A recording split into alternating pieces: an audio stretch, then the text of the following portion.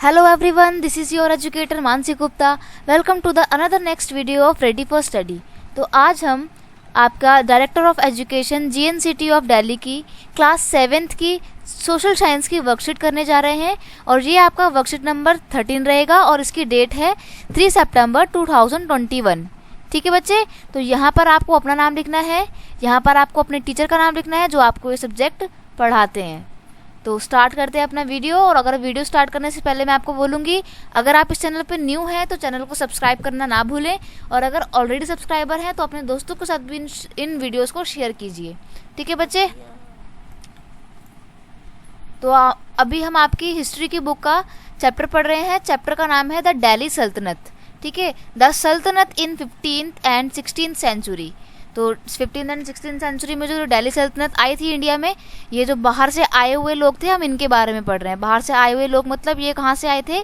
ये आपके north east area से नहीं, नॉर्थ वेस्ट से आए थे, ईरान इराक के साइड से। ठीक है, अफगानिस्तान वगैरह के ये राजा थे, सारे मुस्लिम थे ये सब लोग। यहीं से, इन्हीं लोगों के आने से यहाँ पर मुस्लिम धर्म की स्टार्टिंग हुई थी भारत में। ठीक है, तो स्टार्ट करते हैं दिल्ली सल्तनत को। हमने लास्ट वीडियो में भी पढ़ा था दिल्ली सल्तनत के कुछ राजाओं के बारे में, जिसमें हमने कुतुबुद्दीन ऐबक के बारे में पढ़ा था।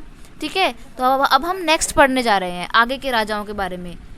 द सल्तनत इन 15th एंड 16th सेंचुरी। अब इसको 3 पार्ट्स में डिवाइड किया है। आफ्टर द तुगलक्स, तुगलक्स के बाद, यानी कि अभी हम पिछले किन किन को पढ़ चुके हैं? हम पढ़ चुके हैं स्लेव डायनेस्टी पढ़ चुके हैं, और हम खिलजी डायनेस्टी पढ़ चुके हैं। अब हम तुगलक डायनेस्टी पढ़ रहे हैं। ठीक है, आफ्टर द तुगलक, यानी कि तुगलक्स के बाद the Syed, the Lodi and the Suri dynasty rule over the Delhi and Agra. यानी कि तुगलक्स के बाद लोदियों ने, सूरी डायनेस्टी ने और सैयद डायनेस्टी ने शासन किया था। The state develop under the rule of Sher Shah Suri were small but powerful. यानी कि शेर शाह सूरी के अंडर में जो एक किंगडम फ्लोरिश हो रहा था आपका बिहार साइड में, वो था तो बहुत छोटा लेकिन बहुत ही पावरफुल था। And he establish a system of administration. उसने एक एडमिनिस्ट्रेशन का पूरा सिस्टम, पूरा ढांचा बनाया था अपने प्रशासन का, विच become a model for future rulers, जो आगे के आने वाले राजाओं के लिए एक मॉडल बन गया था। मैं आपको बता दूं, जो शेर शाह सूरी ने अपने एडमिनिस्ट्रेशन का जो मॉडल बनाया था ना, सेम वही मॉडल अकबर ने भी कॉपी किया था, जिसके बारे में आप लोग नेक्स्ट क्लास में पढ़ेंगे अकबर के बारे में, या फिर आपके आने वाले चैप्टर्स में भी आप मुगलों के बारे में पढ़ेंगे, तो आप उसमें भी पढ़ सकते हैं कि कैसे अकबर ने शेर शाह सूरी के एडमिनिस्ट्रेटिव मॉडल को कॉपी किया था। The kingdom such as Jaunpur, Bengal, Malwa, Gujarat, Rajasthan and all of south Indian and new ruling group such as the Afghan and the Rajput come up during the final year of the Delhi सल्तनत। ठीक है, यानी कि ये सारे जो नाम मैंने अभी आपके ऊपर बोले, ये सब किंगडम्स में ये लोग जो है दिल्ली सल्तनत का पार्ट बन गए थे। दिल्ली सल्तनत का पार्ट का क्या क्या बन गए थे?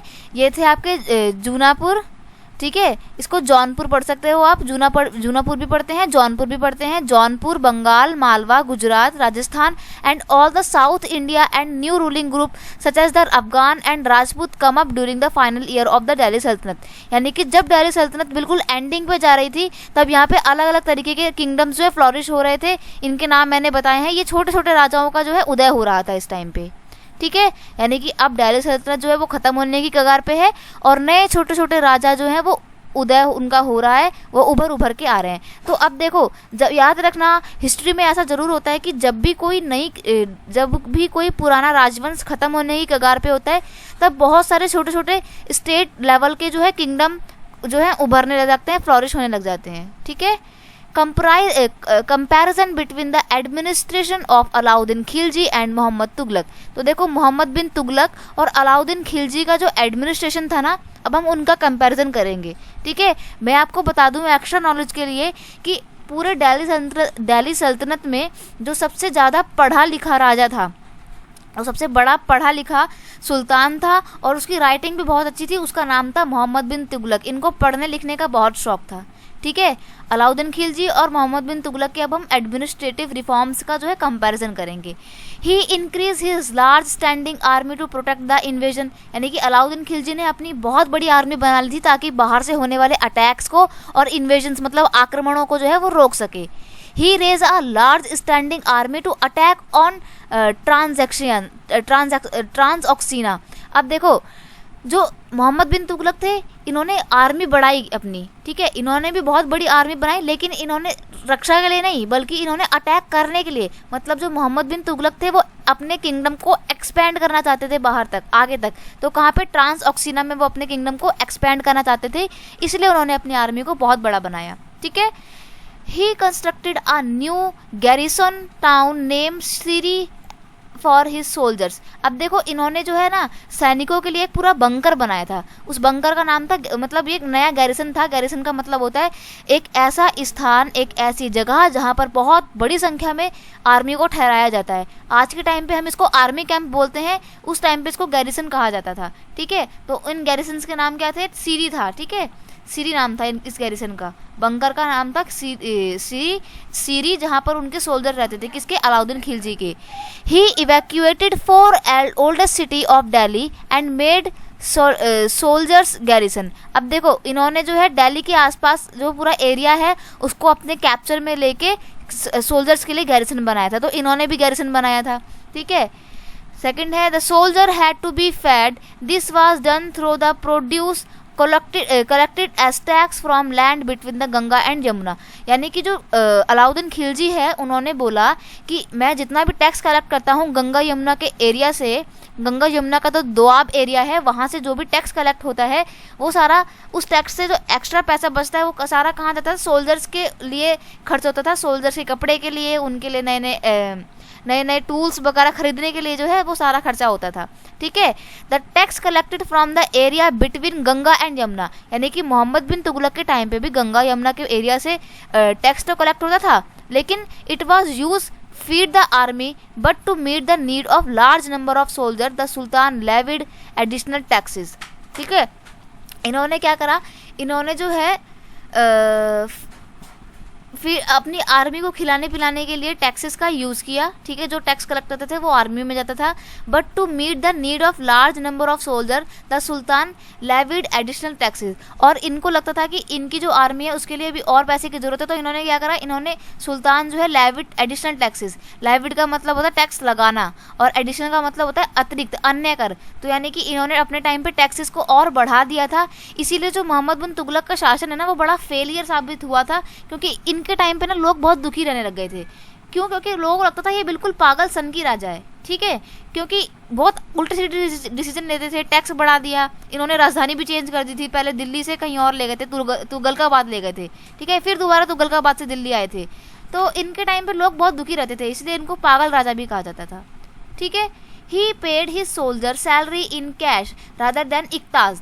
देखो अलाउद्दीन खिलजी ना क्या करते थे, इन्होंने जो लैंड ग्रांट की जो चली आ रही थी ना, बहुत लंबी प्रथा, इसको बिल्कुल पूरी तरीके से अबॉलिश कर दिया था, पूरी तरीके से समाप्त कर दिया था। और इन्होंने कहा था कि जो भी सोल्जर्स हैं उनको जो सैलरी दी जाती है वो पैसे के तौर पे दी जाएगी, ना कि कोई लैंड के तौर पे। अब मैंने आपको बताया था इक्ताज क्या होते हैं। इक्ताज एक ऐसी प्रणाली होती है जिसमें सोल्जर्स को उनकी सैलरी के तौर पे पैसा नहीं दिया जाता, बल्कि एक ज़मीन दे दी जाती है कि भाई लो, आज से तुम इस ज़मीन के मालिक हो, ठीक है। तो उसको बोलते हैं इक्ताज। तो जिस भूमि के वो स्वामी हो जाते थे वो भूमि होती थी इक्ता, और जिसको वो भूमि मिलती थी उसको बोलते थे इक्तादार, ठीक है। He paid salary in cash, ये भी कैश में सैलरी पेड करते थे, but never control the prices. लेकिन इन्होंने ना कभी भी प्राइस कंट्रोल करने की कोशिश नहीं की।